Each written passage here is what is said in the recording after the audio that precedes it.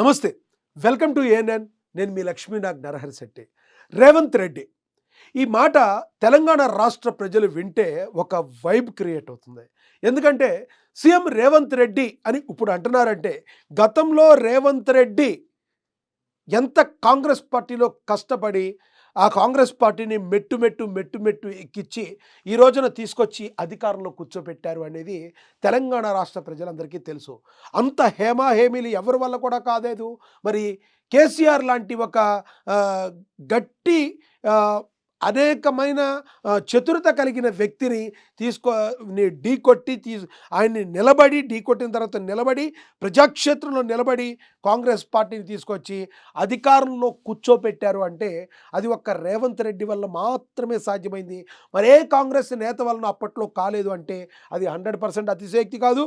అది కాంగ్రెస్ నేతలకి తెలుసు, కాంగ్రెస్ హైకమాండ్కి కూడా తెలుసు. కాబట్టే సీఎం రేవంత్ రెడ్డి అని ఈ రోజున మనం పిలవగలుగుతున్నాము అంటే కాంగ్రెస్ పార్టీకి ఆయన ఎంత సేవ చేశారో, కాంగ్రెస్ పార్టీ ఈ రోజున అధికారంలోకి రావడానికి ఆయన ఎంత కృషి చేశారో మనకు తెలుసుకోవచ్చు.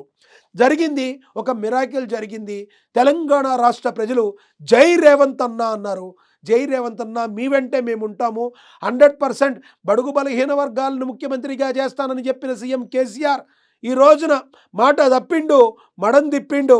కాబట్టి మేము కూడా రేవంత్ అన్నకి జై కొడుతున్నామన్నారు. జై కొట్టారు. 2 సంవత్సరాల నుంచి కూడా కాంగ్రెస్ పార్టీ తమ యొక్క అభివృద్ధి పనులు చేసుకుంటూ ముందుకు పోతూ ఉంది. దానిలో సీఎం రేవంత్ రెడ్డి తనదైన మార్కు చూపిస్తూ ముందుకు వెళుతున్నారు.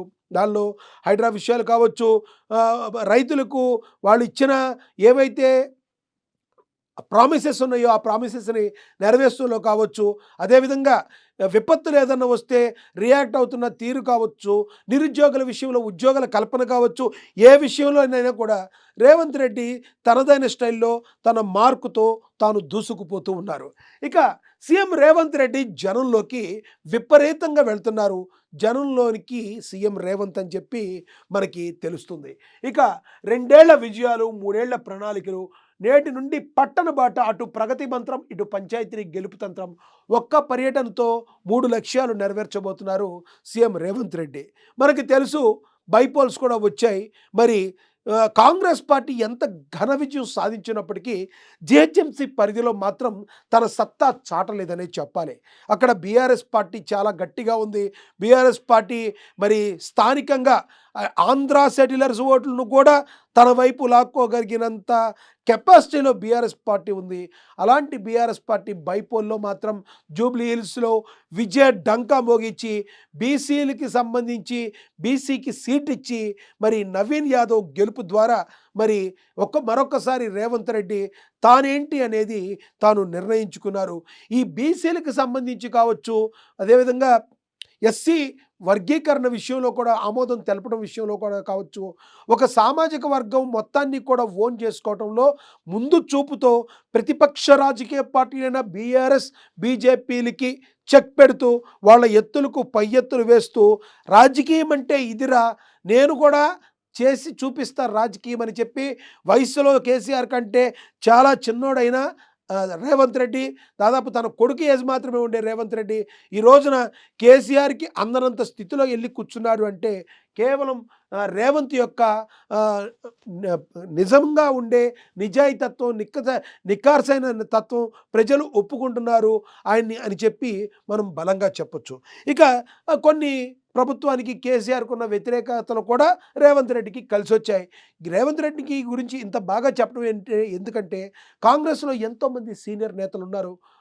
ప్రజలారా మీకు కూడా తెలుసు, ఎంతోమంది సీనియర్ నేతలు కాదని కేవలం సీఎం పోస్టు రేవంత్ రెడ్డిని ఎందుకు వరించిందంటారు? నేనేదో ఆపండి సార్, మీరు రేవంత్ రెడ్డికి మరీ జాకీలేసి లేపుతున్నారు అనుకునే వాళ్ళు ఉండొచ్చు కొంతమంది. కానీ ఎస్, ఈయనకంటే హేమాహేమిలు పెద్ద నాయకులు ఉన్నారు. కానీ ఎందుకు రాలేకపోయారు? ఒక్క కేసీఆర్ లాంటి వ్యక్తిని ఢీకొట్టి మాటకి మాట సమాధానం చెప్పి ఒక్కసారి కూడా స్క్రిప్ట్ చూసుకోకుండా గుండెల్లో నుంచి వచ్చిన వర్డ్స్ని డైరెక్ట్గా మాట్లాడి ప్రజల్లో గుండెల్లోకి లోతులో దించేటట్టు చేయటంలో రేవంత్ రెడ్డి దిట్ట. ఈయన ఇంకొకటి, ఈ రోజున గ్రామ పంచాయతీ ఎన్నికలు షురూ అయ్యాయి. దీనికి సంబంధించి ఈయన రోడ్ మ్యాప్ క్రియేట్ చేసుకున్నారు. ఈ రోజు నుంచి డిసెంబర్ 1 నుంచి డిసెంబర్ 4 వరకు కూడా ఇక మక్తల్, మహబూబ్‌నగర్ ఉమ్మడి జిల్లాలో పర్యటన 2 గంటల నుండి 4 గంటల వరకు కార్యక్రమాలు, అభివృద్ధి పనులు డే 1. అదేవిధంగా రెండవ రోజు కొత్తగూడెం పట్టణం ఉమ్మడి ఖమ్మం జిల్లా, అదేవిధంగా మూడవ రోజు హుస్నాబాద్ ఉమ్మడి కరీంనగర్ జిల్లా, నాలుగవ రోజు ఆదిలాబాద్ పట్టణం ఆదిలాబాద్ జిల్లా, ఆ తర్వాత ఐదవ రోజు నర్సంపేట ఉమ్మడి వరంగల్ జిల్లా, ఆరవ రోజు దేవరకొండ ఉమ్మడి నల్గొండ జిల్లా, ఏడవ రోజు సిద్దిపేట ఉమ్మడి మెదక్ జిల్లా. ఈ అన్ని జిల్లాల్లో కూడా ఆయన పర్యటించి నిరంతరం జనంలో ఉండి ప్రభుత్వం మీకోసం ఏం చేసింది, గత ప్రభుత్వం ఏం చేయలేకపోయింది, ఎందుకు మీరు కాంగ్రెస్ పార్టీకి ఓటేశారు, ఇప్పుడు ఎందుకు పంచాయతీల్లో కూడా కాంగ్రెస్ పార్టీకి ఎందుకు ఓటు వెయ్యాలి అనే తత్వాన్ని ప్రజలకి చెప్పడానికి, మరింత జనాల్లోకి మరింత మమేకమై అవడానికి రేవంత్ పూనుకున్నారు. మనందరికీ తెలుసు ప్రజలారా, కాంగ్రెస్ పార్టీ కేసీఆర్ మీద చాలా మంచి పనులు చేసింది. కానీ చేసిన పనులు చెప్పుకోవటంలో మాత్రం కొంత వెనుకడుగైతే వేసింది.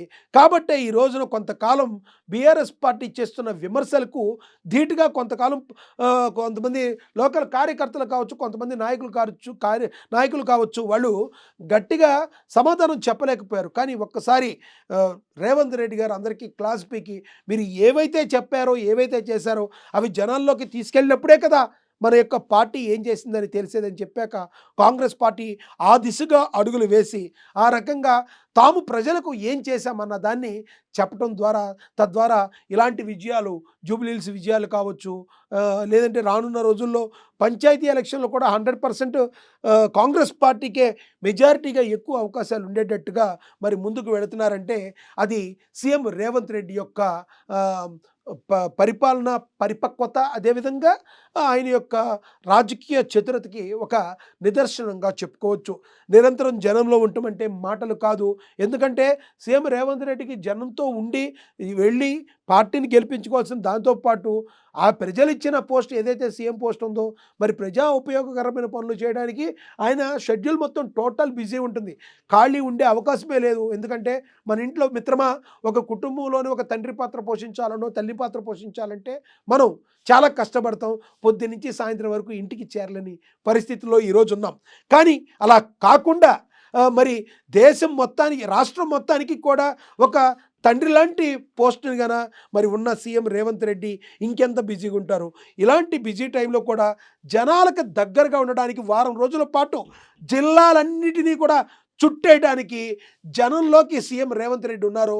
ఓవైపు గ్లోబల్ సమ్మిట్ ఏర్పాట్లు పర్యవేక్షణ, మరోవైపు ప్రజల్లోకి వెళ్ళి తద్వారా మరి రానున్న పంచాయతీ ఎలక్షన్లో కూడా కాంగ్రెస్ మార్క్ విజయాలతో ముందుకు దూసుకుపోవడానికి మరి సీఎం రేవంత్ రెడ్డి స్కెచ్ అయితే వేశారు. చూడాలి మరి రానున్న రోజుల్లో మరి ఇది ఎంతవరకు సక్సెస్ అవుతుంది. మరి ప్రజలందరూ గ్రామ పంచాయతీలకు కూడా కాంగ్రెస్ పార్టీకి జై కొడతారా అనేది వేచి చూడాలి. మరి ఇది వాళ్ళ స్పెషల్. మీరేమనుకుంటున్నారో కింద కామెంట్ బాక్స్ రూపంలో కామెంట్ చేయండి. నేను మీ లక్ష్మీనాగ్ నరహర్ శెట్టి. నమస్తే.